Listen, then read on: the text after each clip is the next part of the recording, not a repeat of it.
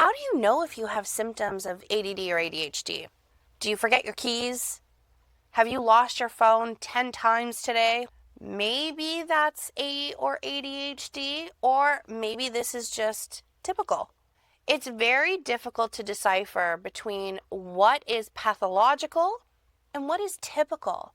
So ADD, ADHD is one of those conversations that a lot of professionals talk about. Does it actually make sense to, for instance, diagnose someone under the age of 12 years old with ADD or ADHD? For instance, my son was recently diagnosed with AD, hyperactive type, and he's 4 years old. So when we look at symptoms, when we look at the criteria for ADHD, we're looking at something that is outside of the norm when it comes to typical child behavior of the, let's say, 4-year-old group. So my son, his behavior and the way that he thinks and the way he does things is distinctly different from majority of people in his class. He's highly intelligent, so he's a gifted individual, but he's very impulsive and he has so much energy I could barely keep up with him. So this led me to create this video today to talk about ADD and ADHD and what does that mean? Because people, I think, throw this around in many different ways when they're talking about either procrastination or they're talking about an inability to pay attention, but that doesn't necessarily mean that warrants a diagnosis of ADD or ADHD. So let's dive into ADD and ADHD to figure out what the hell is going on here. So let's start off with research. A comprehensive meta-analysis encompassing over 3.2 million participants across 588 studies found that the global prevalence of ADHD in children is approximately 8%. And on top of this, boys are actually diagnosed twice as often. So what is ADD and what is ADHD? Let's break it down even further, going into the brain. So when we're talking about ADD, ADHD, this is a brain condition. It's a neurocognitive disorder. In particular, this is responsible for planning, for executing, for decision-making, impulse control, and working memory. If you are diagnosed with AD or ADHD, your brain structure is different. Prefrontal cortex is delayed in its maturation. This is in relation to a reduced volume or cortical thickness in the brain. This is especially seen in children and adolescents when we look at brain imaging. Now that we know that the brain structure is different, let's talk about functioning, because functioning is also different. It is difficult for individuals to sustain attention, struggle with impulsivity, so they need it and they need it right now, whether it's a toy, whether it's a vacation, whatever it is. There's no delay gratification. Oh, no, no, no. It is immediate gratification. ADHD is linked to dopamine dysregulation, especially in the prefrontal cortex and the basal ganglion circuits.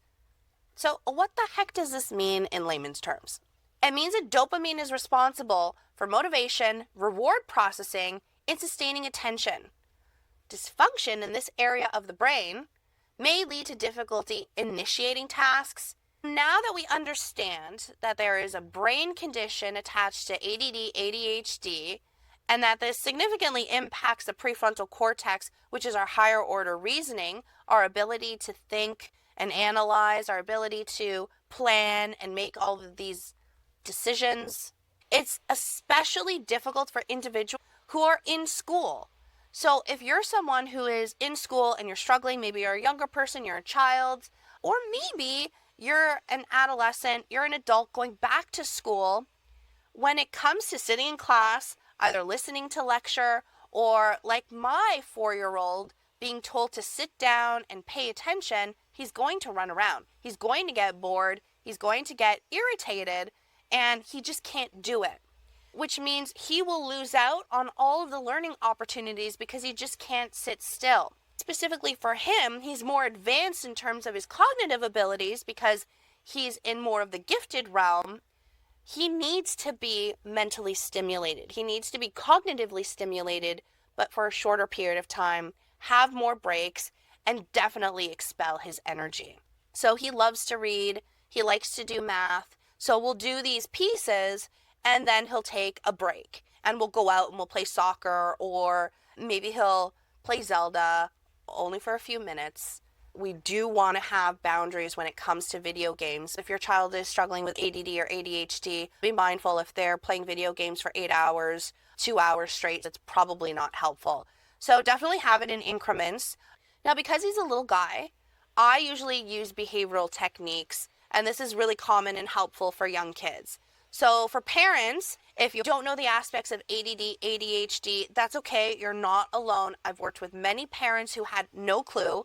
So it starts off with parental training, and then depending on the severity of the case, depending on how old your child is, they might actually benefit from therapy, but from behavioral techniques, so behavioral therapeutic approaches. So for instance, my son, he responds well to a sensory diet.